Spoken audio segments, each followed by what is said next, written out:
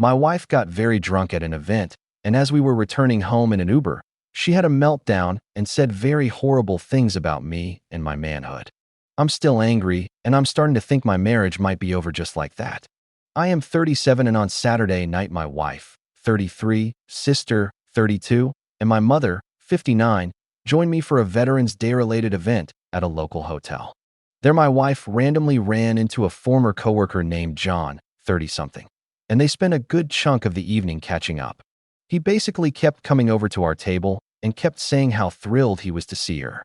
At one point she went to the ladies' room with my sister, but ended up staying with him at another table.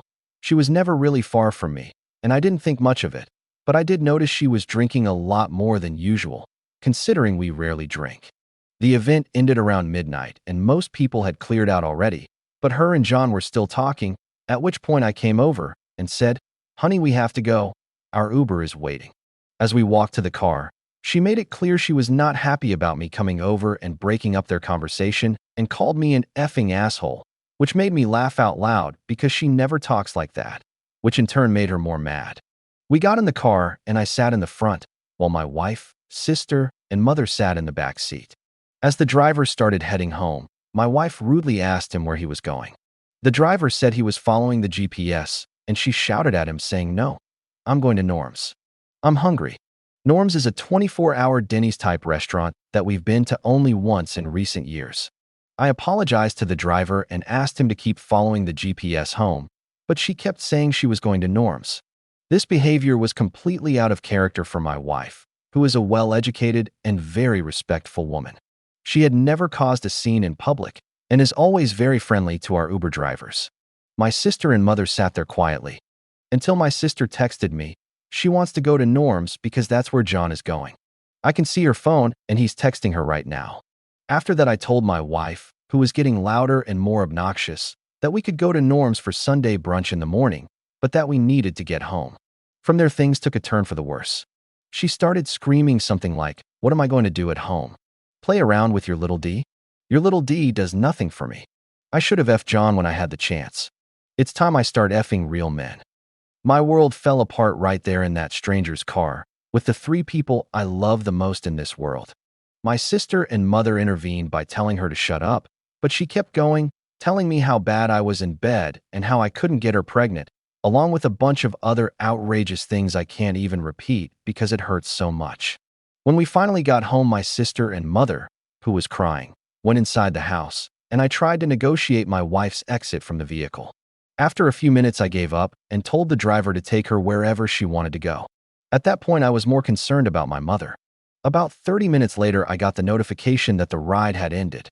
She wound up going to her parents' house. That was over 48 hours ago, and I haven't heard a peep from her. I haven't tried to contact her either. Her dad came over tonight to get her car and some clothes because she has to work tomorrow. I told him exactly what happened. He said she's not talking at all. She just told them, her parents, that she would be at their house for a few days, so they thought that I was to blame for whatever happened. I really don't know what to do. I'm still shaking of anger for what she did, and fear that my marriage might be over just like that, with no warning whatsoever. For the record, it's not that I can't get her pregnant. She's the one who can't have children, but that has never been an issue in our relationship. We knew that when we got married. And I do have a smaller than average penis, but she's known that since before we started dating. We met and became best friends, started dating 4 years later, and married another 4 years later. We communicate our sexual desires very clearly, and I thought our sex life was great. Now I'm not so sure. I have always had an unfounded fear of losing her, because she is so smart and beautiful and outgoing, that men are constantly salivating all around her. Even though she has never given me a reason to doubt, I have always feared that some man will eventually come along and convince her that I'm not good enough for her. But she is by far the most ethical person I have ever met, so I don't think she has ever cheated on me, and I don't think she really meant everything she said that night. But I'm having a difficult time getting my thoughts in order, especially because she hasn't contacted me at all. But then again, this is new territory for both of us. We have never had a significant argument, much less a fight that would lead us to sleep apart one night. Last week was a normal week. Saturday was a fun day. She was very happy all day, and we were both very much looking forward to this event. The only variable was her running into John, whom I had met maybe 5 years ago when they worked together, but they had never dated or been particularly close. So, I really don't know what triggered her. She also has a very good relationship with my sister and my mother. My sister is one of her best friends and has been for years, so I'm sure she's embarrassed for them as well. But her silence now is what's killing me. I don't know what to make of it. Should I be the one to go see her, or should I let her come back on her own terms? Best comments. This is so mean, drunk or not. Seems like her intentions were not good. Who all knows what she could have said to John? Wait on her to apologize to you. But this is more than just a saying sorry matter. She disrespected you, and on top of that she did it in front of your mom and sis along with a stranger. I felt sick the whole time reading it. She needs serious therapy. Alcohol is not an excuse for the awful humiliation she put Opie through. People with drinking problems can often handle themselves way better than this. This sounds more like a person who rarely drinks all of a sudden getting wasted and is mentally completely unprepared for it. Which is exactly what he said. I feel like I'm crazy reading these comments. He explicitly says she doesn't drink much. This story made me hurt for what I've said and done to my partner. I was this drunk.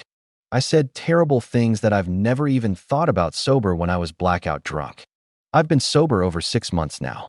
Thank God my partner has forgiven me. She wanted to F John and didn't hide it.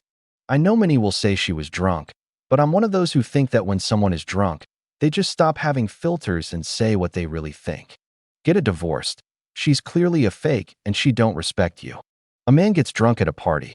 He sees an old coworker that he clearly wants to have sex with that night. His wife blocks him from having sex with the coworker at the hotel, and in response he calls his wife an effing asshole. They all get into the Uber, and on the way back home he attempts to meet up with the coworker at another location so he can try to have sex with her again. Once more, the wife blocks his attempt to cheat, and in response he has a complete meltdown in the Uber, in which he screams at his wife that her V is disgusting.